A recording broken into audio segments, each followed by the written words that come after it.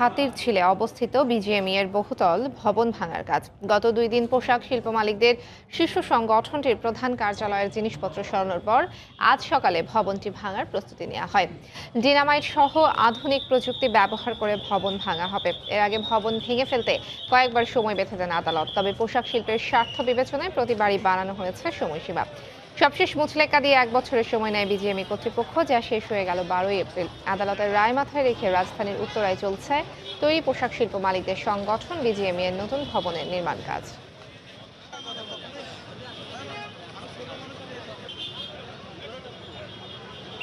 আমাদের technical site আছে, technical department আছে রাজুকের, এবং এখানে আরও সংস্থা জড়িত আছে। এখানে সব মিলে আমরা ডিসিশন নেব যে কোন পদ্ধতি প্রক্রিয়া এটা ভাঙলে ভালো হয়, অন্য কোনো ক্ষতি না হয়। এই মুহূর্তে হাতিরঝিলে বিজিএমইএ ভবনের সামনে আছে রিপোর্টার শুভ খান, সরাসরি যাচ্ছি তার কাছে। শুভ। ইমদাদ, আমি এখনও রাজধানীর হাতিরঝিলে বিজিএমই ভবনে রয়েছি। তো সকাল থেকে আমরা যেমনটি দেখতে পেয়েছি যে এখানে রাজুকের একটি টিম আসার পরে এখানে যেসব প্রতিষ্ঠানগুলো অবস্থিত রয়েছে তাদেরকে মালামাল সরানোর জন্য 2 ঘন্টা সময় দেওয়া হয়েছে।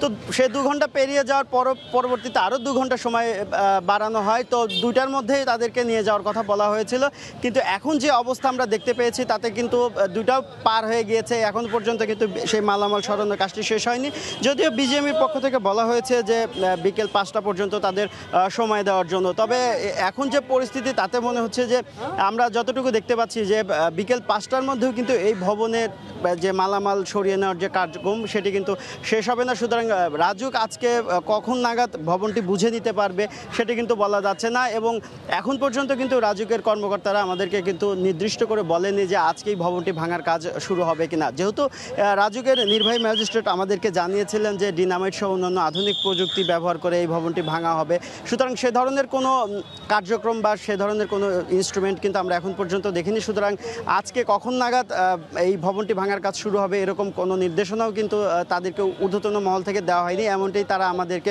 অনানুষ্ঠানিকভাবে জানিয়েছেন। তো বলা চলে যে এই যে এখন ভবন থেকে যে মালামাল সরানোর যে কার্যক্রম সেটি কিন্তু এখনও চলছে, এবং কখন শেষ হবে সেটা বলা যাচ্ছে না। তবে রাজুক বলছে যে এখানকার মালামালগুলো শেষ হলে তারা কিন্তু আনুষ্ঠানিকভাবে ভবনটি বুঝে নেবেন এবং সেক্ষেত্রে সিলগালা করে দেবেন। তো যেহেতু নির্বাহী ম্যাজিস্ট্রেট আমাদেরকে জানিয়েছিলেন যে ভবন ভাঙার কাজ আজকে শুরু না হলেও যে প্রাথমিক যে প্রস্তুতি ভবনটি ভাঙার ক্ষেত্রে সেটি কিন্তু তারা নিয়েছেন। তো সেক্ষেত্রে আমরা এখন দেখতে পাচ্ছি যে রাজুকের নির্বাহী ম্যাজিস্ট্রেট অলিউর রহমান আর কিছুক্ষণের মধ্যে হয়তো আমাদের সাথে ব্রিফ করবেন। আমরা হয়তো আপডেট কোনো তথ্য জানতে পারবো যে আসলে কি অবস্থায় রয়েছে আনুষ্ঠানিক কার্যক্রম। তো বলা চলে যে আর কিছুক্ষণ পরে যে তথ্যটা পাবো আগামী সামনের যে পরবর্তী যে বুলেটিন সেই বুলেটিনে হয়তো বা আপনাদেরকে আপডেট জানাতে পারবো। তো এই ছিল আমার কাছে এখানকার সবশেষ।